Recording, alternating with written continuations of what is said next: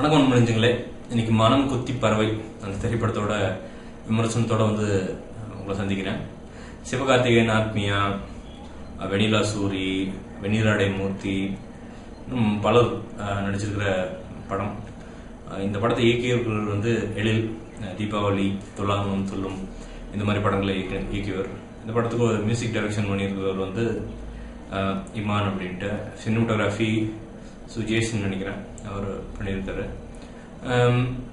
இன்னும் நிறைய பேர் உள்ள வந்து கேஸ்ட் அண்ட் க்ரூ வந்து பண்ணிக்கிட்டே போகுதுன்னு சொல்லலாம். சிவகார்த்திகேயன், ஏன்னா இவரை பற்றி அநேகமாக இவர் நடித்த படத்தில் வந்து முதல்ல நான் பார்க்குறது இந்த படம் தான். இதுக்கு முன்னாடி மெரினா அந்த படம் நடிச்சிருக்காருன்னு நினைக்கிறேன். ஸோ எனக்கு சிவகார்த்திகேயன் மேலே வந்து பர்சனலாக வந்து ரொம்ப ஒரு நல்ல அபிப்பிராயம் உண்டு. ஏன்னா ரொம்ப கஷ்டப்பட்டு மேலே வந்தவர். விஜய் டிவியில் பார்த்தீங்கன்னா அந்த விட்டி ஒன்லைனர்ஸ்ன்னு சொல்லுவாங்கள்ல, அது வந்து சூப்பராக இருக்கும். அவர் ஒரு ப்ரோக்ராம் ஹோஸ்ட் பண்ணாலே வந்து அந்த அது இது இதெல்லாம் ஹோஸ்ட் பண்ணாலே ரொம்ப நல்லா இருக்கும் பார்க்குறக்கு. ரொம்ப டேலண்டட் கை சினிமா, அதாவது அந்த டெலிவிஷன் ஹோஸ்டிங்கை பொறுத்த வரைக்கும். ஸோ அவர் வந்து உள்ளே வந்திருக்கிறது வந்து ரொம்ப வரவேற்கத்தக்க விஷயம்தான். ஏன்னா கொஞ்சம் யதார்த்தம் அந்த விஷயங்கள்லாம் வந்து நிறையா டைரக்டர்கள் வந்து யதார்த்தமாக படம் எடுக்கிறதுக்கு வந்து ஈஸியாக இருக்கும் சிவகார்த்திகேயன் வச்சு. இந்த படத்தை பொறுத்த வரைக்கும் இது வந்து பக்கா கமர்ஷியல் மசாலா. அது எப்படி சொல்றது, ஒரு 10 வருஷத்துக்கு முன்னாடி என்ன கமர்ஷியல் படத்தில் பார்த்துருப்பீங்க? ஜீப்பு, மாமாக்கள், பெரிய மீசை, காதலன் காதல், லவ், கண்ணீர், தேவையில்லாத காமெடி, இது அத்தனையும் சேர்ந்தது இந்த படம். வேற இதை தவிர நான் அதுக்கு மீறி என்னத்தை சொல்றதுன்னு எனக்கு தெரியல. அந்த படத்துக்குள்ள என்ன இருக்குதுன்னு எனக்கு தெரியல. நானும் ரொம்ப ட்ரை பண்ணேன் இந்த படத்துல வந்து, சரி இந்த இடத்துல வந்து சிரிச்சிடலாம் அப்படின்னு. சிரிப்பு வந்துச்சு, சில இடங்கள்லாம் சிரிப்பு வந்தது, நான் மறுக்கல. நிச்சயமா வந்து அந்த டீ கடை ஓனரா ஒரு கேரக்டர் பண்ணியிருப்பாரு. அவர் வந்து ரொம்ப அழகா பண்ணியிருந்தாரு இந்த கேரக்டர். சில இடங்கள் நல்லா சிரிக்க வச்சார். அவர் வந்து இன்னும் அவருடைய இந்த சத்தத்தை குறைச்சு கொண்டு வந்து இன்னும் அந்த ஆக்டிங் மிருகத்தினா வந்து சூப்பர் காமெடின்னு வருவார். வெண்ணிலா சூரி வழக்கம் போல இம்ப்ரெஸ் பண்றாரு. வெண்ணிலா சூரிக்கு வந்து எனக்கு தெரிஞ்சு இன்னும் கொஞ்சம் அவர் வந்து டைரக்டர்கள் வந்து சீரியஸா எடுத்துக்கணும்னு நான் நினைக்கிறேன். ஏன்னா அவருக்கு நிச்சயமா ஒரு பொட்டன்ஷியல் இருக்கு, ஒரு மூஞ்சி இருக்குது, அது வந்து நான் நிச்சயமா சொல்லுவேன் நான். ஸோ அவர் வந்து ரொம்ப சீரியஸா எடுத்துக்கிட்டு அவருக்கு வந்து நல்ல பர்ஃபார்மன்ஸுக்கு வந்து அவரோட லிமிட்டை புஷ் பண்ணி பார்த்தா நிச்சயமா இன்னும் ரொம்ப அழகான சூரி வந்து வெளியே வருவார் அப்படிங்கிறது வந்து என்னுடைய நம்பிக்கை. நல்லா பண்ணியிருக்காரு. அவருக்கு கொடுத்த அந்த இதுல வந்து டைலாக்ஸ்ல வந்து ரொம்ப நல்லா பண்ணியிருக்காரு அப்படின்னு சொல்லலாம். பட் படம் நல்லா இருக்கா அப்படின்னு கேட்டீங்கன்னா நல்லா இல்லைங்க, ஆனஸ்டா சொல்றேன். ஏன்னா அதை தவிர நான் எதுவும் சும்மா இது பண்ணியெல்லாம் ஜோல்டிங் பண்ணியெல்லாம் சொல்ல எனக்கு தெரியல. ஏன்னா இந்த படம் வந்து பிளாட் ஓகே, அதாவது காதலன் காதலிக்கிறாங்க, மாமன் வந்து பண்றான். ஸோ இது வந்து நார்மல் பிளாட்னாலும் அந்த மேக்கிங்னு ஒன்று இருக்குது இல்லை, கொடுமையான ஒரு மேக்கிங். அதாவது இந்த படம் ஃபுல்லாகவே வந்து குடிப்பது உடல் நலத்துக்கு தீங்குன்னு போடுறாங்க. அதை வந்து என்ன பண்ணிருக்கலாம்னா ஒரு பர்மனன்ட் ஒரு இதாக வந்து மேலே அந்த லெஃப்ட் கார்னரில் வச்சிருக்கலாம் படத்தில். ஒரு சீனு பார்த்தீங்கன்னா குடிக்கிற சீன் வந்துடுது. ரொம்ப ஸ்டீரியோ டைப் பண்ணுறாங்க தமிழக இளைஞர்களை. அது வந்து ரொம்ப மனசு வருத்தமாக இருக்குது. எப்போ பார்த்தாலும் தமிழக இளைஞன் வந்து பொழப்பு இல்லாமல் குடிச்சிட்டே தான் இருப்பானா, வேற வேலையே கிடையாதா அவனுக்கு? அப்படியெல்லாம் இருக்கிறது இல்லைங்க. நிறைய பேர் நம்ம பசங்க வந்து ரொம்ப ரெஸ்பான்சிபிளா இருக்காங்க. இந்த காலத்து பசங்கள்லாம் ரொம்ப ரெஸ்பான்சிபிள், ரொம்ப ரொம்ப சென்சிட்டிவ். லவ் எல்லாம் பாத்தீங்கன்னா சிவகார்த்திகேயன் கேரக்டர்லாம் பாத்தீங்கன்னா போய் காலில் விழுகும். ஆத்மியான்ட்டு அந்த பொண்ணு நேமா கேரளான்னு தான் நினைக்கிறேன். அந்த பொண்ணு அதே மாதிரிதான், எப்படி சொல்றது, ஒரு டால் ஹீரோயின்னு சொல்ல முடியாது. ஏங்க கிராமத்து ஹீரோயின் அப்படிங்கிறாங்க. பாத்தீங்கன்னா 24 hours வந்து பின்னி முடிஞ்சிட்டு பக்கா மேக்கப், 101% மேக்கப்ல தான் அந்த பொண்ணு இருக்கும். காலையில கோலம் போட வரும்போது கூட ஃபுல் மேக்கப்போட தான் வெளியில் வரும். இதெல்லாம் கொடுமையா தெரியலீங்களா? எழில் வந்து துல்லாத மனமும் துள்ளும் நீங்க எடுத்த பீரியட் வேற, அன்னைக்கு இருந்த ரசிகர்கள் வேற, அதுபோக துல்லாத மனமும் துள்ளும் நீங்க எடுத்த அந்த விதம் வேற, சரிங்களா? இப்போ நம்ம பீரியட் வந்து இப்போ ரியாலிட்டி தான் வந்து டாப் மோஸ்ட் ப்ரியாரிட்டி தமிழ் ஆடியன்ஸை பொறுத்த வரைக்கும்.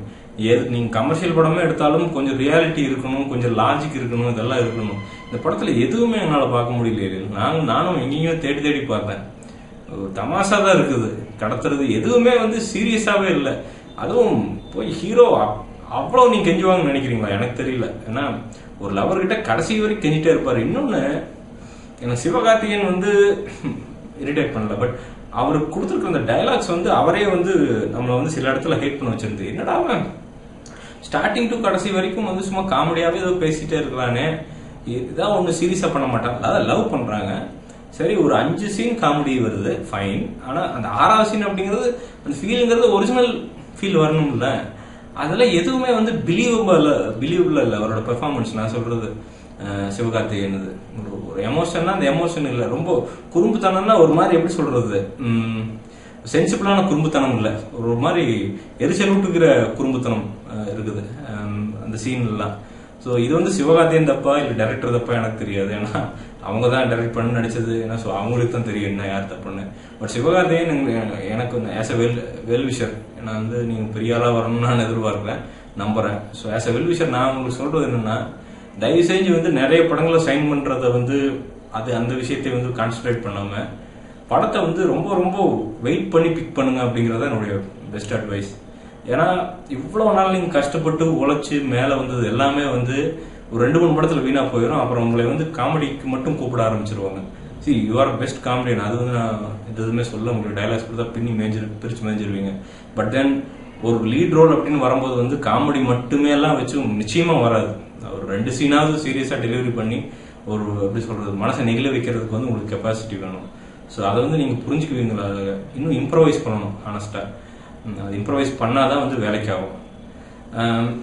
மிச்சபடி இமானுடைய இசை, இதுல வந்து இசை வந்து நம்ம எப்படியுமே கம்ப்ளைண்ட் பண்ண முடியாது. ஏன்னா பர்சனலா இமான் வந்து இன்னும் கொஞ்சம் நல்லா பண்ணிருக்கலாம் அப்படிங்கறது, சின்மையும் ஒரு இன்னொருத்தர் அவரும் சேர்ந்து பாடின அந்த பாடல் வந்து நல்லா இருக்குது அப்படின்னு சொல்லலாம். இதுல இசையமைப்பாளர் எப்படி குறை சொல்றதுன்னு எனக்கு தெரியல. ஏன்னா நானும் பார்த்துட்டேன். பாத்தீங்கன்னா பெரிய இசையமைப்பாளர் சாதா டைரக்டரேட் ஒர்க் பண்றப்போ அதுவே வந்து அவங்க ஒரு எக்ஸ்பீரியன்ஸ் டைரக்டரேட் ஒர்க் பண்றதுக்கு வந்து பாத்தீங்கன்னா நிறைய வித்தியாசம் தெரியும். டைரக்டர் வந்து இசையமைப்பாளர் கூட சண்டை போடணும். ஆனஸ்டா நிறைய சண்டை போட்டு நிறைய ஆர்குமெண்ட்ஸ் நடந்தாதான் வந்து அந்த நல்ல இசை அப்படிங்கிறது வந்து வெளியில வரும். நான் தான் கேள்விப்பட்டிருக்கேன், செல்வராமன் நைட்டும் பலமா உட்காந்து போட்டு யுவன் சங்கர் ராஜா தொல்லை பண்ணி அந்த காதல் கொண்ட தீம் எல்லாம் அப்படிதான் வந்தது. நைட்டு ஒரு 1 மணி 2 மணிக்கு வந்தது அந்த தீம். அது வந்து எவ்வளவு பெரிய ஹிட் ஆச்சு அப்படிங்கிறது உங்களுக்கு தெரியும். ஸோ அந்த மாதிரி வந்து இசையமைப்பாளரை தொந்தரவு பண்ணிக்கிறேன். நான் எனக்கு என்ன வேணும் அப்படின்னு வாங்குற டைரக்டர் கிட்ட நீங்க இசையமைப்பீர்களாக இமான் அவர்களே. ஏன்னா நீங்க என்ன வேணா போடுங்க சார், நான் ஒன்னும் பிரச்சனை இல்லை, நீங்க பண்ணிடுவீங்க அப்படின்னு சொல்ற டைரக்டர்களுக்கு ஸ்டஃப் இருக்காது அப்படிங்கிறது என்னுடைய கருத்து, என்னுடைய பர்சனல் கருத்து, அவ்வளவுதான். ஸோ ப்ளீஸ், ஏன்னா நான் உங்ககிட்ட இருந்து பெரிய லெவல்ல இசையை எதிர்பார்க்கிறோம் அப்படிங்கிறதும் சொல்லிக்க விரும்புறேன். மித்தபடி நண்பர்களே, இது வந்து ஒரு சாதாரண காதல் கதை, ஸ்டார்டிங் டு எண்டு பேன்னு போகுது. ஒன்னும் உப்பு சப்பு காரம் ஒண்ணுமே இல்லை. நானும் சரி ஏதாவது இருக்கும் பார்த்தா ரொம்ப ரொம்ப பொறுமையா எல்லா பொறுமையும் திரட்டி உட்கார்ந்துருந்தேன். நான் எனக்கு அதான் உண்மை. நிறைய எக்ஸ்பெக்டேஷனோட உள்ள வந்தாங்க. சிவகார்த்திகேயன் கண்டிப்பா படம் பார்க்க நிறைய பேர் வந்தாங்க. சரி நம்ம ஆளு பண்ணிருப்பாரு அப்படின்ட்டு வந்தா நிறைய டிசப்பாயிண்டடா தான் நிறைய வெளியில போனாங்க. ஸோ ப்ளீஸ் இதை வந்து தயவு செஞ்சு கரெக்ட் பண்ணிக்கங்க. சிவகார்த்திகேயன் உங்களுக்கு தான். அடுத்த படம் அப்படிங்கிறது வந்து பெர்ஃபார்மன்ஸ் வைஸ் நிறைய இம்ப்ரோவைஸ் பண்ணுங்க. பண்ணீங்கன்னா சாதா கேரக்டர் நடிச்சாலும் ஓகே தான். பட் தென் அந்த கேரக்டருக்கான சேஞ்ச் உங்களுக்கு சிவகார்த்திகேயனா தான் எங்களுக்கு அந்த ஸ்கிரீன்ல தெரியுது இல்லையா, அந்த கேரக்டர் எங்களுக்கு ஒண்ணுமே தெரியலன்னா ஒரு சேஞ்சுமே இல்லை, அப்படியே தான் இருக்கிறீங்க. விஜய் டிவில பார்த்த மாதிரி தான் இருக்கிறீங்க. ஸோ அது மட்டும் மாத்தினா நல்லது. மித்தபடி இதுல எந்த டிபார்ட்மெண்ட்ஸ் மற்ற ஆக்டர்கள்லாம் பெரிய நோட்டபிள் பெர்ஃபார்மன்ஸ் எல்லாம் ஒண்ணுமே இல்லை. ஏதோ டிராமா பாக்குற மாதிரி இருந்தது. அதங்காட்டிக்கு நம்ம அது சொல்லி பிரயோஜனம் இல்லைன்னு நினைக்கிறேன். ஸோ அதங்காட்டிக்கு வந்து இதோட முடிச்சுக்கலாம். இந்த படத்துக்கு என்னுடைய ரேட்டிங் அப்படிங்கிறது வந்து 5க்கு வந்து 2 தருவேன். 2 ஜாஸ்தி, பட் 2 தர்றேன். ரொம்ப போர் அடிச்சு சும்மா இருந்தீங்க அப்படின்னா போய் தாராளமா போய் படத்தை பாருங்க. அதை தாண்டி இந்த படம் வந்து நிச்சயமா எந்த ஒருத்தமே கிடையாது அப்படிங்கிறது வந்து என்னுடைய தாழ்மையான கருத்து. இந்த ரிவ்யூ உங்களுக்கு பிடிச்சிருந்துச்சுன்னா கீழே லைக் பட்டன் இருக்கு, லைக் பண்ணுங்க. என்னுடைய சேனலுக்கு நீங்க சப்ஸ்கிரைப் பண்ணலைன்னா இந்த வலது கார்னர்ல சப்ஸ்கிரைப் பட்டன் இருக்கு, அதை கிளிக் பண்ணி சப்ஸ்கிரைப் பண்ணுங்க. சப்ஸ்கிரைப் பண்ணீங்கன்னா என்னுடைய வீடியோக்களை உடனுக்குடன் உங்கள் இமெயில வந்து நீங்க தெரிஞ்சுக்க முடியும். உங்கள் ஆதரவுக்கு ரொம்ப ரொம்ப நன்றி. நிறைய விஷயம் நிறைய பேசிட்டு இருக்கிறேன். எதிர்ப்புகள் ஆர்கியூமெண்ட்ஸ் அதெல்லாம் வர்றதுதான், என்ன ஆர்கியூமெண்ட்ஸ் இல்லாத வாழ்க்கையா? ஸோ அதெல்லாம் I am not really worried about that. உங்களுக்கு எவ்வளோ அதுவும் போக சில சில அறவைக்காடுகளாக இருக்கானுங்க, அவங்களுக்கெல்லாம் நான் பதில் சொல்லணும்னு எனக்கு அவசியமே கிடையாது. ஏன்னா அவங்களெல்லாம் தாண்டி வந்தாதான் வாழ்க்கை நிறைவா இருக்கும். ஸோ அவங்களெல்லாம் என்னைக்கோ தாண்டி வந்துட்டேன். So I am not really worried about them to. நீங்கள் என்னை நேசிக்கிற அத்தனை பேருக்கும் நெஞ்சார்ந்த நன்றிகள். நீங்க இல்லைன்னா நான் உண்மை கிடையாது. சீரியஸா நீங்க பாராட்டுறது அப்படிங்கிறது ஒரு ₹1 கோடி கொடுத்தாலும் கிடைக்காது. சீரியஸா எவ்வளவு பணம் இருந்தாலும் அது நிச்சயமா கிடைக்காது. So I always owe you. இன்னும் நிறைய உங்களுக்கு பண்ணணும்னு நான் மனசார நினைக்கிறேன். மீண்டும் ஒரு வீடியோ இல்லாட்டி விமர்சனம் இல்லாட்டி முன்னோட்டம் இதோட உங்களை கூடிய விரைவில் சந்திக்கிறேன். நன்றி, வணக்கம்.